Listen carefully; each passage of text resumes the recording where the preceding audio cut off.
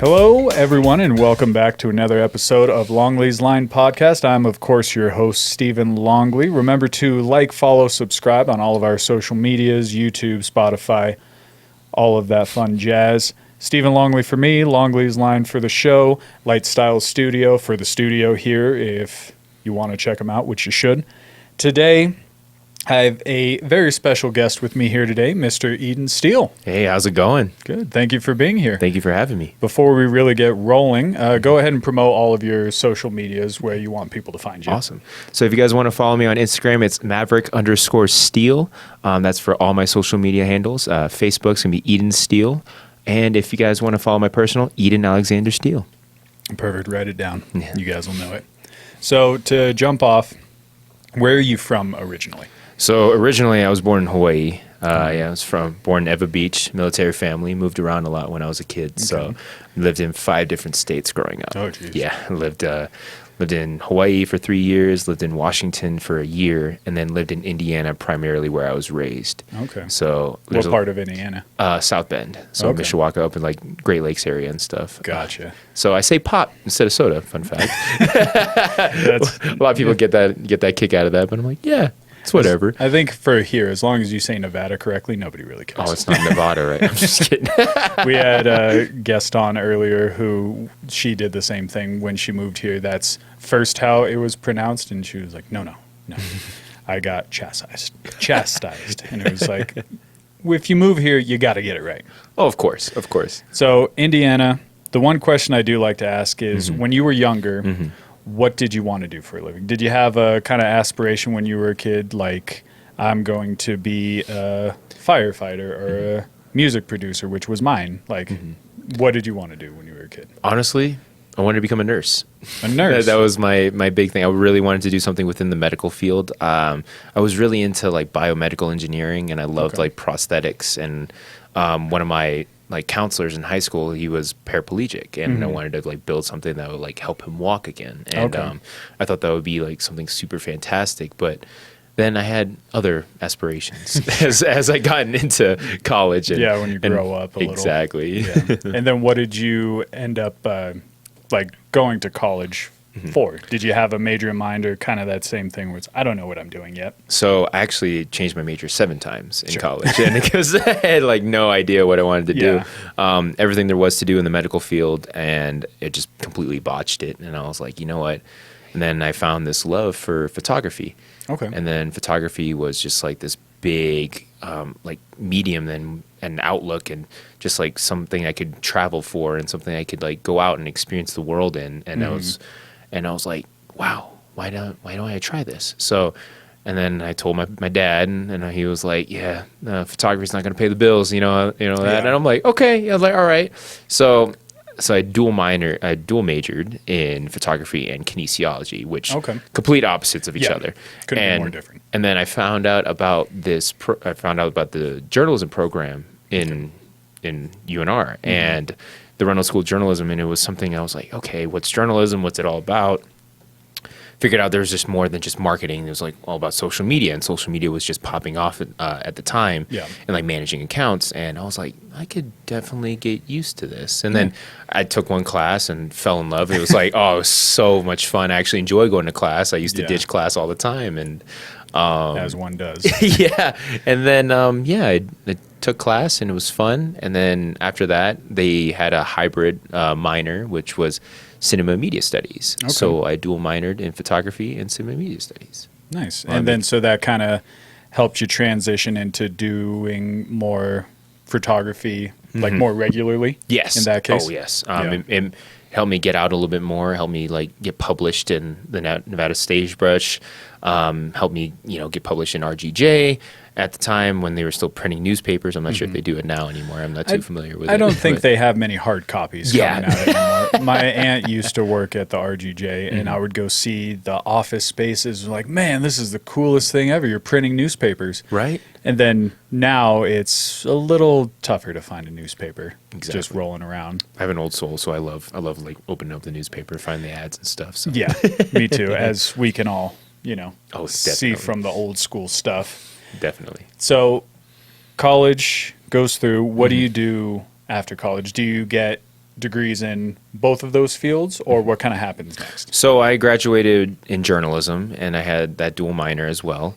But I graduated peak COVID, so there was nothing for me. So I was just chilling at home, like, relaxing. I had no work for about 3 months, and it was definitely hard. And I tried to apply to like any job that I possibly could, and then I had to work in a coffee shop. So I worked at a local coffee shop in town. Worked there for about 7 months, and then until like this opportunity came for me to work in post-production. And I was like, you know what, that's my dream job, and I loved it, and I went for it, and I took the chance at it.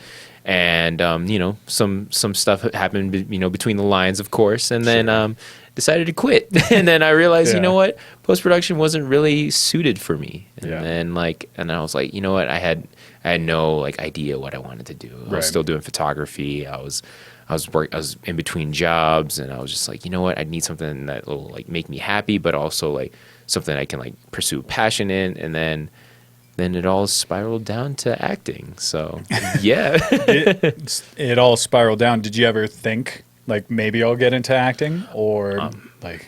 Yeah, well, my best friend, Peyton Murphy. Shout out to Peyton Murphy, by the way. I know Peyton. Yeah, that's my best friend of all time. He actually pushed me into acting. Okay. And where I was at the point where I'm like, no, I want to be a director. I want to be a producer, and I want to be a writer. But do I was behind the scenes. Yeah, exactly. Stuff. And I'm like, I want to do everything there was to do with that. And I realized, like deep down, that was not what I wanted to do. Sure. Yeah. And then he pushed me to take some classes. He was like, dude, go to True Talent, like go take these classes, just like try one class. Just that's all I ask. Yeah. And it's free, it's free for like, you get like 2 classes for free. And I'm like, all right, might as well try it.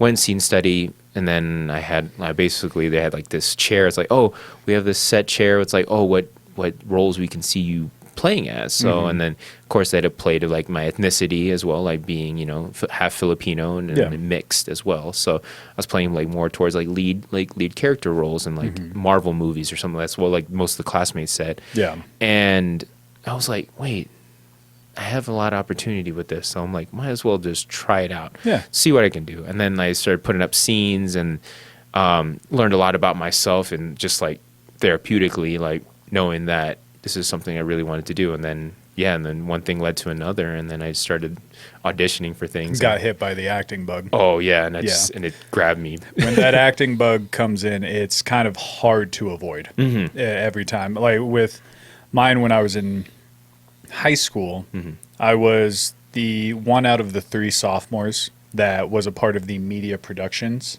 class in my high school. And with that, it's more of same thing, journalism, where you're doing news, and every time the camera is on, I like being in front of the camera. I don't know why. I just every time it's on, I'm right here. Let's do this. Let's go.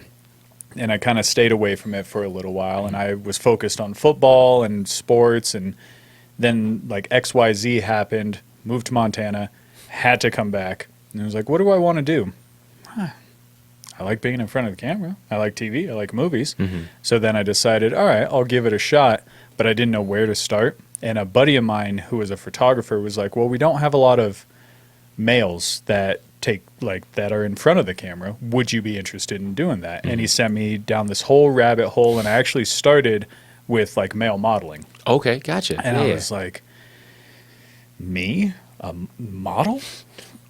What am I, Derek Zoolander? Like, no. I'm his friend in the background, trying to do Blue Steel. Of course. And then it just hits you where then you get more comfortable in front of the camera and it keeps going. Oh, yeah. And then you're like, what can I keep doing? Like, how can I keep getting more stuff, and how can I do more? And then now you've got the acting bug. Oh, yeah. What was kind of the first thing you did in front of the camera? Do you remember that? Oh, I do. It's still being aired to this day. So I did a local stint with the Abbey Agency, and one of their social media coordinators, her name's Callie, and like we were just like, you know what, like she was auditioning, so like, hey, we need like a male guy for this DMV commercial that's gonna be like $100. You get paid $100. And I'm like, all right, let's see what I could do. And I did it, and I was, it was terrible. It was so terrible. Yeah. But it was for this campaign called Lock Dives Save Lives. So meaning it's like distracted driving versus distracted walking, like across the street, like for pedestrians. Like texting driving. Oh, stuff yeah, like that. exactly. Yeah. And like I was walking across, and then of course I get hit by a car, and it was like terrible. But it was like I literally could see my facial arms expression. going up. No, it was just like my face was just like so stern. I was like, dead. I'm like, I'm gonna die. And like that's how it is. This is my emotion. Exactly. And I didn't know, and I'm like, all right. And I'm like, that was my first acting gig I ever like landed ever in my life. And the funniest thing is you can see it to this day at the DMV currently in Nevada, and it it's gets like relived. And I'm just like, oh man, that's me. And I'm like, oh god, that's like 22-year-old me, just chilling. And I'm like, look at you. I'm just like, oh man, why did I do that? But dying. But yeah, it's like the first role is dying, and I'm like, all right, what else can I do? Yeah. And then after that, that was like pre acting Eden, and it all went up from there. So, yeah, because then you learn. Oh yeah. When you go through it, because a lot of the times you don't realize how much emotion comes on your face without even really trying. Yeah. You know, you sit there and say, "Oh, I'm excited now," or "Oh, I should play dead," or "What am I supposed to do?" And it doesn't really click until you see it later, and you're like, "Okay, this is what I should probably work on because this doesn't feel right." Or something happens where you're like, "I thought I did well, but apparently I didn't," and then you keep going and you learn. And I had one where I booked an audition, and it was awesome. I was dressed in my country gear, which I would wear all the time. Like I had pearl snap, button-up shirt. I had my boots on. I had my hat on. Yeah. And as I'm sitting there filming, I'm saying my lines, and as I say it, I just kind of give one of the head nods. And I do that while I'm saying it. And the guy goes, "Stop shaking your head no." What do you mean? Ooh. He's like, "Well, when you say the line, your head turns and you say no." Like, huh.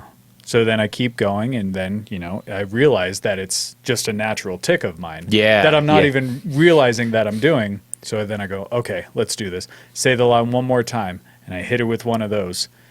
They cut me out of the commercial. Oh, jeez, I'm sorry.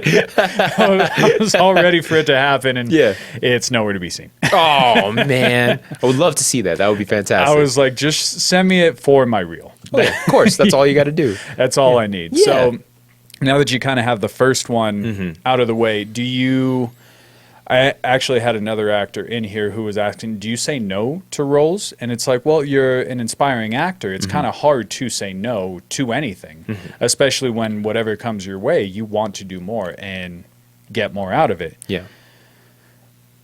Now that you kind of have one under your belt, do you just continue to audition and then see what happens? Or do you land a couple more and then say, okay, I'm putting my all into this, and then do you?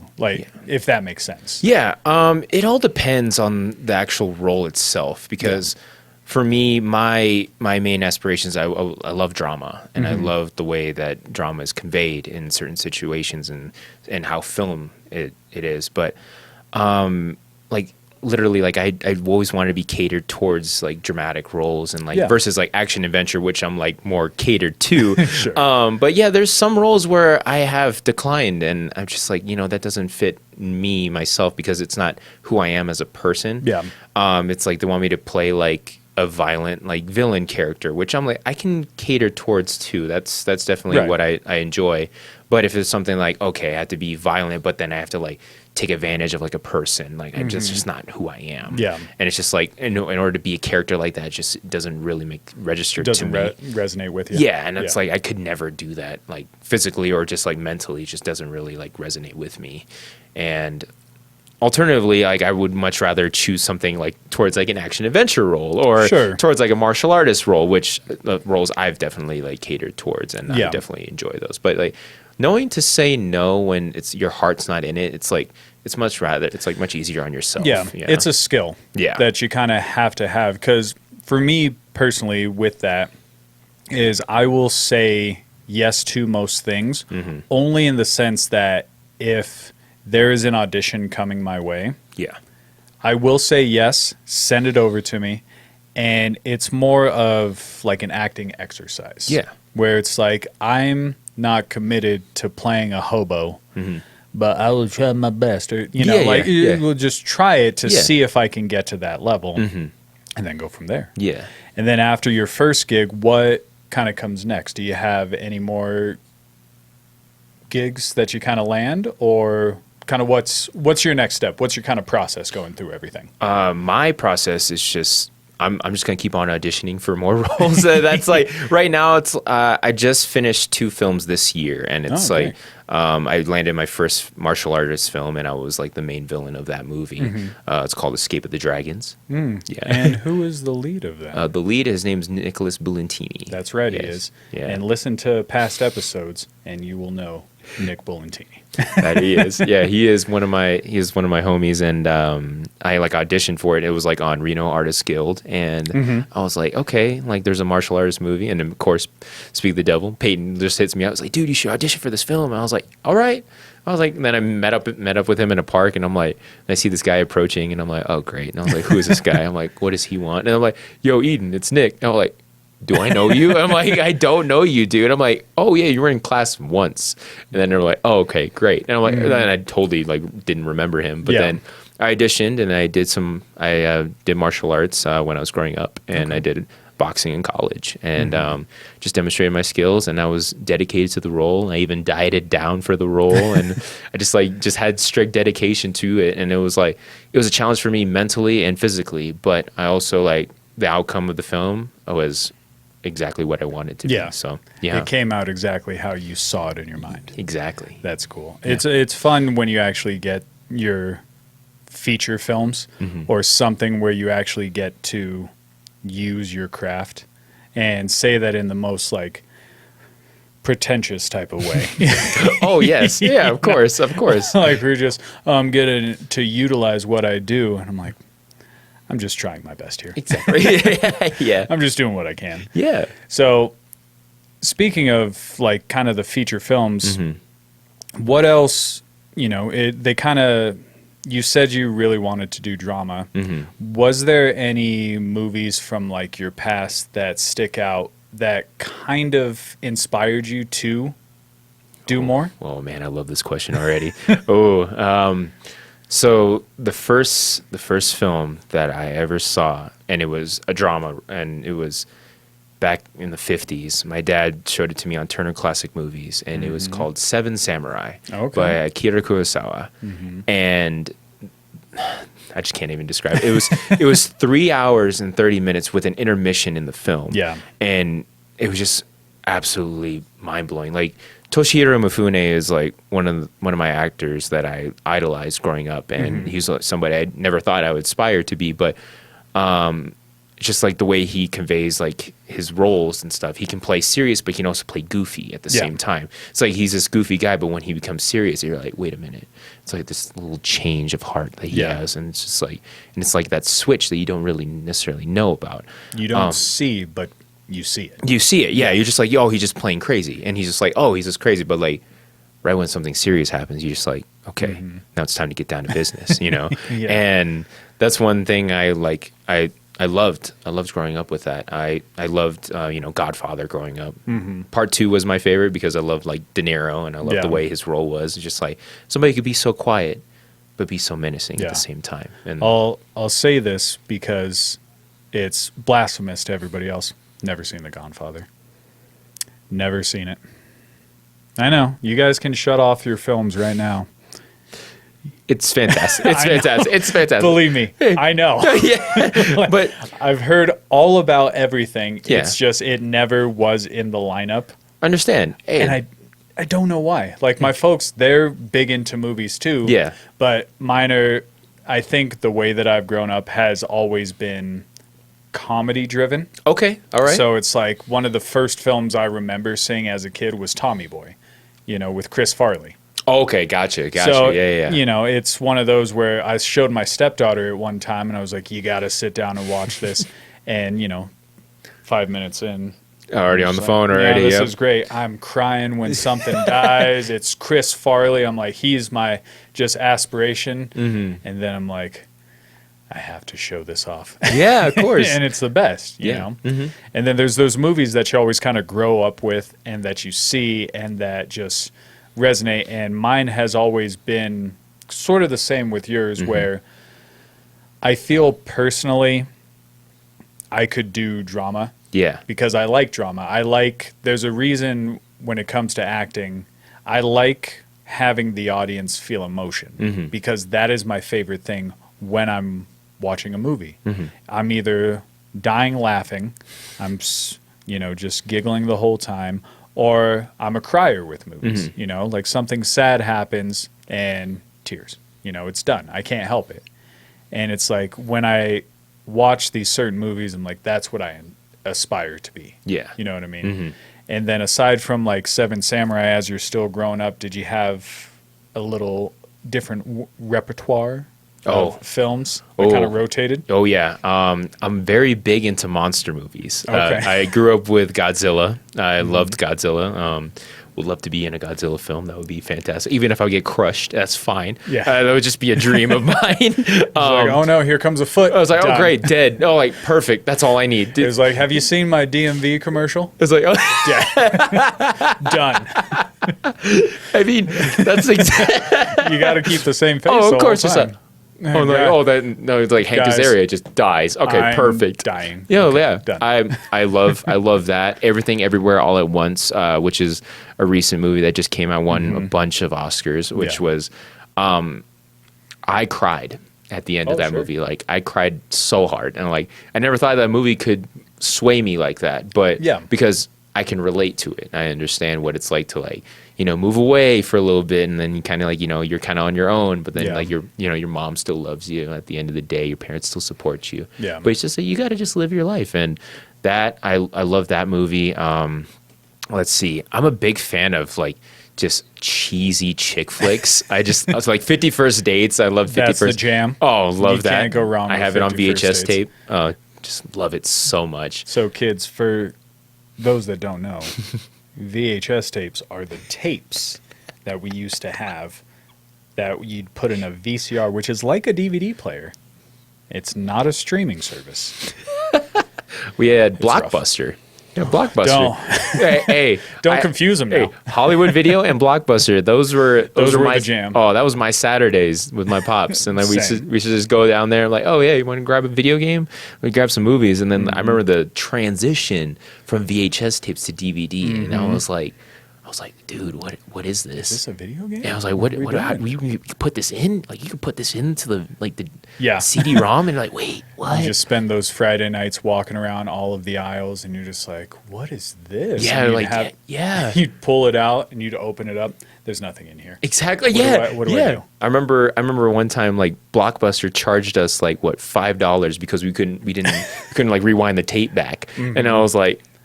So I was like $5. We just lose $5 every time. $5? I was like, and then used to do the dumb thing where you used to stick it in the VCR and then rewind it in the actual VCR itself, and it just gets all tangled up. Yeah, it was, like this was a poor choice. Oh, very bad, very bad. It's funny because I lived out in Spanish Springs when my same folks here. moved out here. Yeah. So we moved out here in 2000 when I was just a kid. And when we moved out here, they had a Blockbuster, right? So we would go there constantly. And there had been times where, we stopped back, whatever, we moved away, that Blockbuster closed down, and they kind of put different things in there. Of course. I was recently working out in that area, and I passed by. It is now a dispensary. And I was like, that feels like the most poetic justice I have ever heard, that a Blockbuster that's used to be a video store is now a dispensary. Oh, dude. Like that. It was, oh man. I honestly miss Blockbuster. I just wish, know, me too. I wish like, kids these days could actually like, grow up with that. And it's like, wow, we actually had to go to a video store. Or when Netflix would mail you the DVD. Oh gosh. I remember, I think one time they were, just totally spat on that by accident. Sorry. We'll see your invoice in the mail. Yeah, okay, sounds good. Easy enough. Oh yeah, cheers to that, man. Cheers to the invoice. But Netflix would send us the DVDs. I remember there was like back in like 2015, I was like still looking up Netflix, and they actually had the option that you could still get the DVDs in, and I was like, I'm not sure if this is real or not. Yeah. Yeah, and I clicked on it, and like, of course, it didn't work. And it was like, it's all streaming service. I all think the my time. favorite thing is last year I saw an ad pop up and it said Netflix is no longer mailing DVDs. Yes. It was like, it is 2022 and now they are no longer mailing DVDs. Jeez. That makes absolutely no sense. It's like GameFly all over again. Yeah. Like, just like in all the video games, and then you used to put something back into it, and like, no, they were a lot smarter than that. And, Yeah, sometimes. Oh, sometimes, and they'll be like, you get a game for free. Just, oh, Yeah, good. funny how that happens. Do that all the time. That's my Exactly. favorite. Exactly. So now that the acting bug's hitting hard, Yes. what is your next step? Like you said, you're auditioning for whatever comes and kind of feels for you, and you have all of these other different, kind of inspirations under your belt. What's sort of next? Are you thinking, like how we talked about, are you thinking just go out for anything, kind of just put your name out there and always be available? Kind of what's next for your, like your next step here? So my next step is so in late July I auditioned for this talent convention called iPop. So, excuse me, iPop, and when I auditioned for it, it was one of the most nerve-wracking things. And it's a convention down in Los Angeles with over 150 talent scouts and agents, ranging all the way from like Sony Pictures all the way to like Korean models, and like that is like my main focus right now. And like I'm about to start doing training for that in May all the way up until then. What kind of training is that? Are you doing just the acting, or are you going to try and do modeling too? Yeah, so I'm doing both acting and modeling. So right now I'm currently getting in shape as we drink beer right now. But I can have a little bit of off day. A beer never hurts. A beer never hurts. Yeah, after a long day. Yeah, exactly. And so just trying to get in shape for that. And like my agent was just telling me, it's like, hey, you're in great shape. I think you can get in better shape. And I was like, okay, perfect. Challenge accepted. Yeah. So I hired a coach, and now I'm like kind of focusing on like my diet plan and just kind of focusing on that. Yeah. Abs start in the kitchen. Oh, exactly. As they always say. Exactly. And the acting's been fantastic lately. I've been actually celebrated like kind of a milestone where I'm actually authentic when it comes to my acting now. Yeah. And that is like a big deal for Where me. it doesn't feel rehearsed. Yes, and it doesn't feel like I'm trying to be somebody who I'm not. Yeah. Which I loved. And it was ironically, it was a Stranger Things scene that me and my scene partner did during class, and it was like something that I was like, wow. And then like my teacher Doug, he was like, yeah, it's like, Eden, this is the first time I ever seen you be 110% authentically yourself. And I was like, I just sat there in like amazement. I'm like, wow.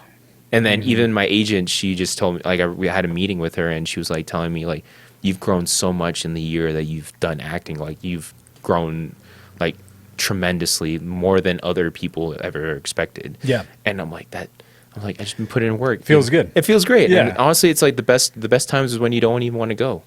And then when you don't want to go, and you miss out on something, and then you learn something, and you keep on learning different techniques and different ways to like do it. Now I can cry on command now, and it's like, it is so crazy, like how you can feel that in yourself. Yeah, and you find that in yourself. Yeah, and you just find like a certain aspect of like your life, and you're like, wait, I can attach myself to that moment, but I don't have to necessarily relive that moment. Exactly. I found that too, where with mine, unfortunately, I haven't been able to do as many acting classes as I would like to. But I did do a short film where spoiler alert, the mom dies, right? So it's me and the kid, and they made the entire set really intimate. So they were like, okay, anybody that doesn't have to be here, get out. Like, we'll just have the 3 directors, the mom of the kid, like the real life mom of the kid, off to the side, and it's just me and him. That's it. So both of us are sitting here preparing. All I'm doing is just listening to sad music. I'm like, this will get me there. Oh yeah. And then I'm just kind of hanging around, just focusing. Then all of a sudden one song hits. I'm like, oh God, it's time.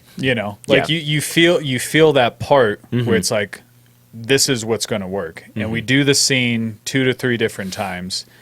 And on the third time where you feel exactly what you said, that you don't want to do it, it's like, this is the third time we've done it. I'm not feeling it there yet. Right before the camera starts, take a deep breath. Then you go, here we go. And you get out there. And that was the scene that they used. Because I was like wiping a tear away. It was like, all right, let's do this. And then we go out, and it says everything to when you actually get to flex that muscle. Oh, definitely. And you're like, now I have it. I'm going to flex it. Like the first time when you're a kid and you like can bounce your bicep for the first time or something. Oh, exactly. You know, or like you can like chest pop or something. I'm like, I'm doing this constantly. Yeah. You know what I mean? Like you're walking down the street like, hope nobody thinks this is weird. Yeah. I wonder why it's weird. Who am I, The Rock? Yeah. Yes. Peck Papa Love, you know what I'm saying? Peck Papa Love. Stop. Yeah, say stop it. I showed my wife the game plan. Oh, yeah, yes. Oh, one of Rock's better films, in my opinion. When he had hair. Oh, yeah. Oh, yeah. Like, you get vintage Rock with the hair. Oh, it's fantastic. There's nothing better. But I showed my wife that, and he's just like, oh, what are you doing? I was like, oh, stop it. And then she looked over at me, and I was doing exactly that. I was like, I can't stop Oh, this. exactly. You can't. Come on, you see someone doing it, you have to do it. Exactly. It's like, oh, yeah, call me Joe. You can just call me Joe. I love that movie. Me too. All right, so now kind of down to the wire here. The last general question that I like to ask is, what's next? Like, we kind of talked about how you're preparing, you're going out for auditions, you have, you know, that study or that audition that's down in LA. Aside from that, what's next for you? Like, what do you have on the docket where you're like, this is what's next for me? As vague as that is. Yeah. Honestly, well, I really just want to start promoting myself in general. I just kind of want to like promote myself on social media. I want to be able to actually start vlogging again. So I used to vlog back in college, and like there's some parts like outside of college where like when I graduated, I wanted to like start YouTube again. And I really want to start YouTube, but now I have like a fresh aspect on it, and I have a fresh like, you know, fresh view on it now. So I'm like, I took a break from it, took a 3-year break. And now I'm like, I know like I could just script this out and like figure out what I want to say. And that's exactly what I want to do. So I really want to start YouTube again. Do you want to make it more of like just a day-to-day kind of thing, or sort of go into like skits? Honestly, the latter. Like I would love to like work with like my fellow actors and like fellow like companions, and I would love to like work with them on certain like skits and stuff, because there's like 3 of us in our class. We're just a bunch of goofballs. Yeah. And we can definitely like make something funny if we wanted to. But that's the thing. It's like we just had to figure out the time, but which we'll always make the time. We can always find the time. But eventually I just want to do like weekly vlogs, just like, you know, here's a day in the day life about like what I'm all about. Like you get to know me a little bit more, you get to know about my personal life. Yeah. And then also you get to see like what it's like being an actor, and like what I get to do on a day-to-day basis versus like, you know, what is it going through like mentally? How's it doing it physically? And then what do you do to relax and rest? Make it more therapeutic. Exactly. Where then you kind of get to talk out what's going on in your day. Yeah. Because it's funny when it comes to acting, most people that haven't been a part of it don't realize the work and the strain that kind of goes into it. Because there's a lot of work that goes into it. Oh, yes. And it changes things when you're watching movies now, because then you're like, holy shit, how did they do that? Or you see how the camera angle switched 4 different times.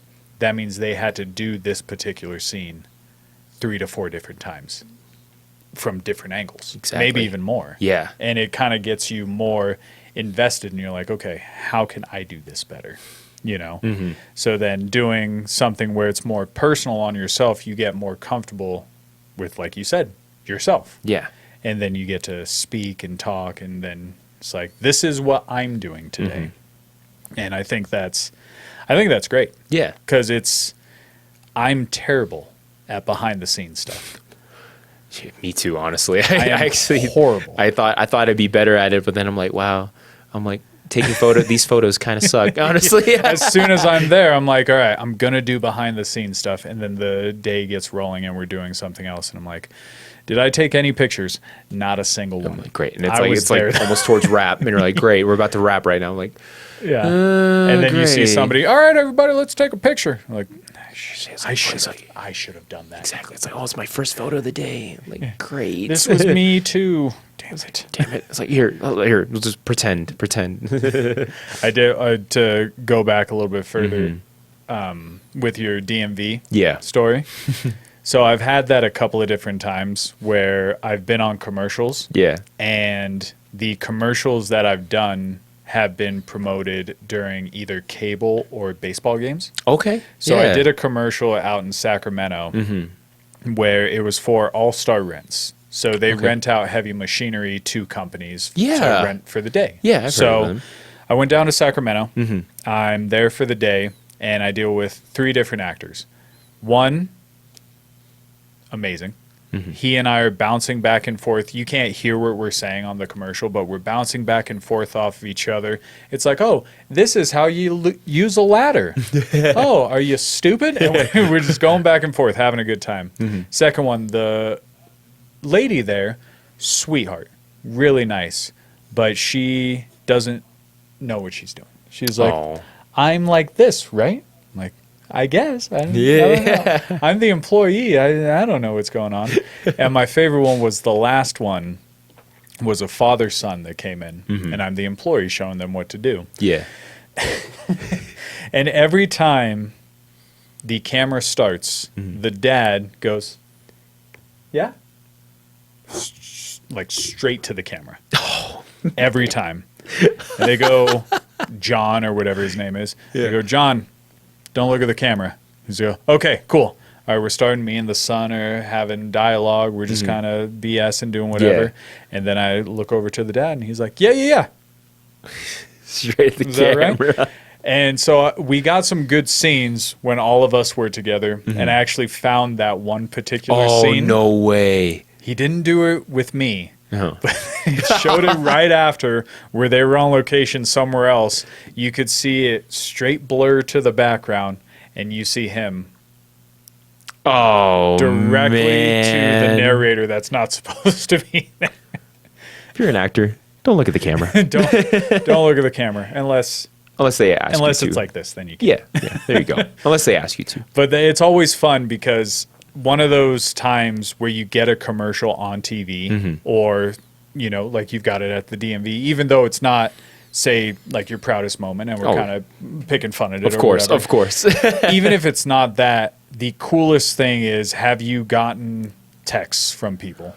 Oh, from everybody. Everybody's like, yo, Eden, you're at the DMV? I was like, yeah, dude, I knew that was you. And I was like, yeah, that's me. That's like, thank you. I'm the DMV guy now. I'm like, great. Everyone knows me as the DMV guy. And I'm like, and then sometimes every time I go in the DMV, it's like, yeah, you see me? That's me right there. You're like, cool. You want to register your car or what? And I'm like, okay, great. I'm like, no special service here. I'm like, great. Oh, I can't get a disc. I was like, no discount. Okay, great. So I just have to register my car. You want fast track. Exactly. Okay, exactly. Whatever. No, that's fine. But I've been getting texts from like everybody to this day. I still get like DMs and like friends and family. We're just like saying, "Yo, Eden, are you in the DMV?" I'm like, yeah, that's me about 3 years ago. You just like, send a gift back. No, yeah, exactly. That's exactly what I say. And like, yeah, that's me. And then I remember the first time like it was aired, and I was like so excited. I'm like, yo, check my DMV ad, and I'm like, great. It's like, wait, you die? And I was like, yeah, hardcore. I die. Yeah. So like, and then it was been on TikTok and everything. Everyone's just like DMing me, but I was like, it was so much fun. I still get a kick out of it. Yeah, because it's one of your first things. Yeah, when people see it, like, because I had that one commercial. Every now and again people would be like, oh look, there's Steve, he's on there. I did a recent one for Diamond Casino. And that one plays on Spectrum, so I'll get texts every now and again that's like, hey, were you in a commercial? Like, yeah. That's amazing. I'm going home and my upstairs neighbor in my apartment complex, he just comes standing on the balcony, no shirt on, just kind of are you in a commercial? It's like, for Diamond Casino? Yeah. Scratching, like picking at it. Yeah. You know? Just like get in there nice and deep, like, and he's just looking at me. I'm like, yes, that's me. And he kind of opens the door. Honey, it is him. Oh, man. It's like, oh wow, we got a local actor. He was like, I knew he lived below us. This is awesome. And we bullshit all the time, so that's amazing. it wasn't I love super that. weird. I love that. Just the way he comes walking out, no shirt. Yeah. Are you in a commercial? Like, yes, sir. It was pretty great. So it as much as it can be embarrassing. Oh yeah, of course. In the sense that it was like, yes, that was me. I'm doing this the whole, like I'm doing something silly, but Yeah. it's fun. Yeah. And then you're like, I can't wait for this to happen in a grander scale. Yeah. Like when your film comes out and it's like, this is the bad guy. This is awesome. Yeah. Like, oh yeah, I'm the bad guy. Yeah. Let's go. And you always see those actors that are sort of typecast as bad guys. Oh yeah. Which works. Like Juan Carlos Esposito. Oh, definitely. Oh. Him as the bad guy is my favorite. And it gives me inspiration as well because you said you were mixed. Yes. So it's like I'm Hispanic and white. Yeah. So it's like nobody ever guesses either of those. They're like, are you Italian? Are you Greek? I'm Greek. Wow. Mexican and Irish. So Oh, nice. I'm Filipino, German, and Native American. yeah, so it's like I so understand. you're pretty close. Yeah. No, nobody will ever guess that right. Yeah. So it's the fun thing where if you get into that typecast role of a villain, you can portray it in many different ways, just like how like John Carlos did. Yeah, exactly. And Breaking Bad, The Mandalorian, you see him come on screen, you're like, this is the man. Like, Oh, definitely. if he's the villain, I know it's going to be good. But he's also good as like a father figure. Like, have you seen The Get Down? Like, especially a good example, The Get Down, which was fantastic. First season, it only needed one season, honestly. But Yeah. the second season was. But It was there. it was there. But it was crazy. Like, that's what I love about Giancarlo. It's just he has that range where he can play, but his bad guy persona is just like just bleeds through, and just like he just knows that he knows how to play it like so well. Yeah. I heard him on a podcast, and just the way that he talks, you're like, this is the nicest guy Yeah. ever. Yeah. Who's smart as hell, who can sit there and talk. And he even brought that up. He was like, well, it comes with when you're racially ambiguous. Yes. And it works in my favor, which he said initially I thought it wouldn't. Because, they'll typecast you one type of way, but then you can sit there and say, well, not only can I play this, let me try this. Yeah. And then he, is Gus. Yeah, exactly. And gets his face blown off. Yeah, exactly. Spoilers. Sorry. It's been years. It has been years. So I think it's time we get you out of here. All right. Yeah. So no worries. before we do, go ahead and promote all your social medias again, where everybody can find you, follow, anything you'd like to promote for our followers to see and follow. Gotcha. Yeah.